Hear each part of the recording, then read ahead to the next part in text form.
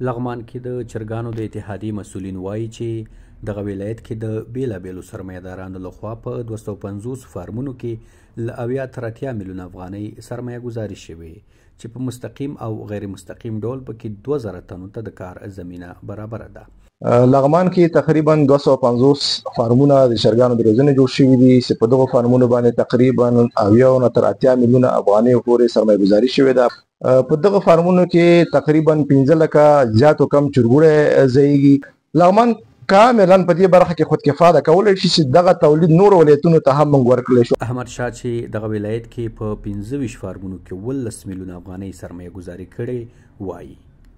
موږ 19 میلیونه افغانۍ سرمایه گذاری کړه لغمان کې.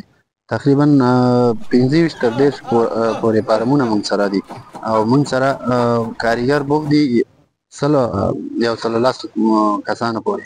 زیارمل او زبیر چې د دې ولایت په بیلابیلو فارمونو کې په کار بوخت دي وایي شکر دی وطن کې راته د کار زمینه برابره ده. زما ټول ژوند اړتیاوې پوره کوي چې هر څه پر ایمان شکر الحمدلله الله نه ډېر راضي یم. دې فارم کې کار کوو ډېر کم ساعت تېرېږي. 8000 افغانۍ معاش موږ له راکوي، زموږ د کور ټولې وړتیاوې پوره کوي انشاءالله او موږ هېڅکله خارج ته نه ځو چې موږ ته دغسې زمینې برابرې. بل لور ته یو شمېر فارم لرونکي له حکومت غوښتنه کوي تر څو د مارکیټ په پیدا کولو او خرڅلو کې فارمدارانو ته لازمي اسانتیاوې برابرې کړي. دغه خپل کم سرمایه گذاري چې موږ کوو بیرته دا نه پوره کوي او د موږ ته تاوان کوي. موږ دولت نه خواهش کوو او غوښتنه لرو چې دا مارکیټ په برخه کې موږ سره همکاري وکړي.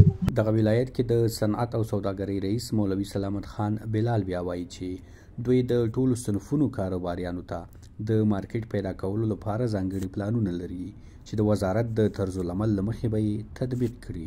موږ د دوی لپاره وزارت ښه د بازار موندنې یا مارکیټینګ یو پروګرام لرو او دوی د موږ ریاست ته راشي، موږ به ورسره هغه کې همکاري وکړو او دوی به وزارت سره هغه کوو. هغه کوم چرګان چې دي په لغمان کې بازار ته عرضه کوي په لغمان کې، که نور ولایتو ته به ورته مارکیټینګ پیدا کړو.